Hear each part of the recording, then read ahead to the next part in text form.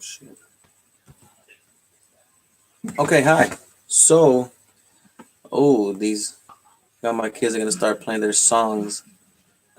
Anyway, so what I want to get to now is a post that I'm in a group in Facebook, and the question is, can insurance increase rates because of hail claim?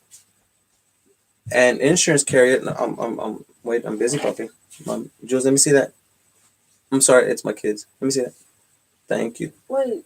Okay, so an insurance company, I'm not going to say the name, um, was being ridiculous, and the homeowner invoked appraisal. During process, they doubled her rate. Storm was from 2 years ago, and my understanding is that they have to raise by zip code, right? Okay, so that was a comment. Now, what they're doing is they're asking for, other people to verify, what's going on here, other people in the industry. So there's a group that I'm in, and these are people who have numerous years in the insurance restoration business, and so they get this from personal experience, and this is what how I'm able to confirm my information, not only through personal experience but through also other people's stories, other people's experience, and what they post. So one of them, which is a guy who's been in the business for 15 to 20 years, he actually said a good thing that I've always told everybody. He said, it is correct. Her rates would have gone up the same regardless of whether she would have filed a claim, demanded appraisal or not. At least she'll have something. She needs to shop rates. And that's basically, people, what you have to do. Mommy's, go over there. That's basically what you have to do, people.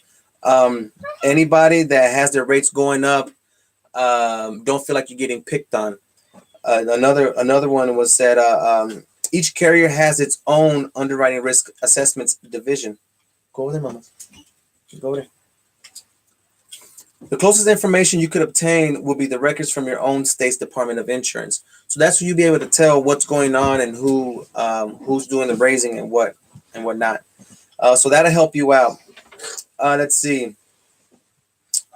I mean, there's so many people, so many homeowners feel like they're being picked on, which that's not the case. It's pretty much everybody gets their insurance rates increased. So if you're in a I guess you could say, if you're in a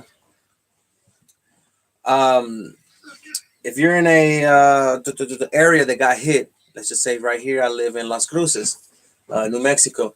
So this whole area got hit not that long ago. It wasn't a huge significant size.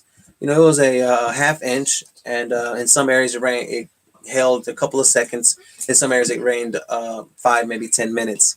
So, but in 2015, we had a hailstorm that came in that pretty much did a nice amount of damage, and everybody's company came from Nebraska, from Tennessee, from Colorado, just everywhere. We had Rhino Roofing, we had Aspen Roofing, we had so many so many pop-up tents, to fix cars. I mean, this was labeled one of the biggest, not biggest, one of the highest damaged areas for that time, in that particular time. And what happened was, a lot of these contractors, they're I guess you could say they're ambitious. You can't stop that from anybody, which is good. They're there to work, and they're there to do what they need to do. However, they came, right, not a problem. So people who didn't file that time, increase went up. People who did file, increase went up. The increased rates went up. So that's basically what happens. Regardless if you file or not, your increase will go up. It wouldn't matter if it goes up from 2 years ago. I mean, they choose whether they want to or not. I mean, each carrier is different from others. Once again, they all have the different, different. I guess you could say so's. When they go about how they want to. I guess you could say replenish what was paid out, right? So they'll increase that to replenish what they paid out, because they're not in the business to just go out of business. Everybody's in business to make money. Just like you, when you go to work, you're going to work to make money. You're not going to work just to work for free, and you still lose all your bills. You still, you lose track of your bills. You can't pay this, you can't pay that. No, you're going to work for money. So you're going to business to stay in business, not to just to give out free labor, so to speak. Um, I could go ahead, I could read on and on about why other people's understandings, why would it go up, but that's basically it. Regardless of you not filing a claim, what it boils down to is go ahead and file the claim. If you know you have damage, verify this, my love. Verify this by getting a professional inspection. If you're savvy on what's wear and tear and what's not wear and tear, you're able to get some. No, able to justify with the insurance company what needs to be, restored, and what is what was a pre-existing condition. With pre-existing conditions, I mean it's pretty hard to say, hey, that was, that's, you could tell what's old damage, you could tell what's new damage, and you could tell what's wear and tear that's been existing for a long time. You could tell what was fairly new. And hey, go over there, my love. You guys talk over there, please. Thank you. Yeah, so you could basically tell, and there's no way. I highly encourage not to play that role, not to play that game with the insurance company, because if they find out that it's fraud, and you will receive consequences. So once again, don't ever try to trick or try to play the game. Don't do it. It's not worth it. Follow the rules. Do what you're supposed to do. And if you feel like you didn't get paid out, there is a procedure for that. There is a certain process, in order for you to get what you're entitled to. So what you would do is basically you'll go to appraisal. If you were to go through, if you want to, I guess you could say, agree to disagree what they have to say in the ultimate decision they take for your property. You have an option to hire a public adjuster, which would be the first phase. The second phase, should the public adjuster cannot do what you're wanting and you want to continue to fight, there'll be an appraisal. You take it to the appraisal phase, which is in your contract with your insurance company.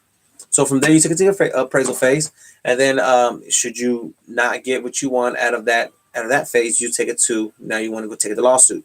Now, before you take it to lawsuit, remember, you just can't say, hey, I'm suing you guys. No, you have to do everything that they're telling you to do. You have to fix this. You have to fix that. If they give you a $500 check, right, and for a fact it's not going to cover anything, still use that $500 to fix your roof, whatever you can. Save the receipts. If they tell you, you still have to do this, you have to complete all the terms that they're asking you to do, and then you can go ahead and file a lawsuit. Until then, you cannot file a lawsuit until you have completed all the terms. Okay. So when people ask me, I had a comment on one of my other videos. They told me, well, this is the reason why insurance rates go up, right? Lady, I didn't know who she was. I don't know, obviously she's not experienced with insurance companies and how they go about their business. They don't single anybody out particularly. It has to be done by pretty much the majority of everybody has to get their raises raised up. So if you have a public adjuster going around, knocking on your door, asking you, hey, look, we could do this. If you have a contractor knocking on your door, say, hey, look, we could do that. It's not going to affect their rates going up. It just won't. Okay. Now, let's just say if there are certain things that a public adjuster and contractors need to be aware of. Now, once again, I worked as a salesman for a contractor with roofing, and now I'm a public adjuster.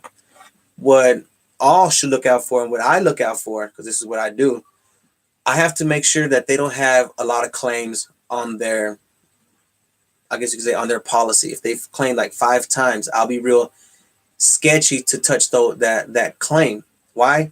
Because then insurance could be the insurance. They don't have to say, it doesn't have to be out of retaliation. It's not going to be out of retaliation. They could simply follow the rules. I know in Texas, I would have to check for New Mexico's ruling. I know in Texas, in 3 years, if you file 3 claims, when they don't have to renew your policy, they could cancel you. That's the rules. That's the contract that you signed as a homeowner or as a property owner, and you agreed to. So I've seen it to where they cancel on somebody just with one claim, and they never put a claim in years, never, and they get canceled. Don't think that these boys are setting themselves up for failure. Don't think that these companies, these major $1 million corporations, are setting themselves up for failure. No, it's in the contract. So if they do, once again, you have to review a contract and see what are your terms and conditions, because every contract's different that you sign with your insurance company. Okay, so I've seen that. So be wary and be careful on what you look forward to when you're signing and shopping for rates. With these different contracts with insurance companies. Okay, so yeah, so that is my best tip. Just be careful. Read, research. And if you feel like you're not getting the best bang for your buck, always shop for different insurance rates. And at that point, you'll find that you'll see better rates for your financial. I guess you could say for your financial status. Okay. What else? So that's pretty much it for right now. If you have any questions, once again, just you can reach out. You can reach out to me at 915-331-0133. My name is Jesse Lopez, and yes, I am a public insurance adjuster. Thank you so very much. Yes, I want to end it now.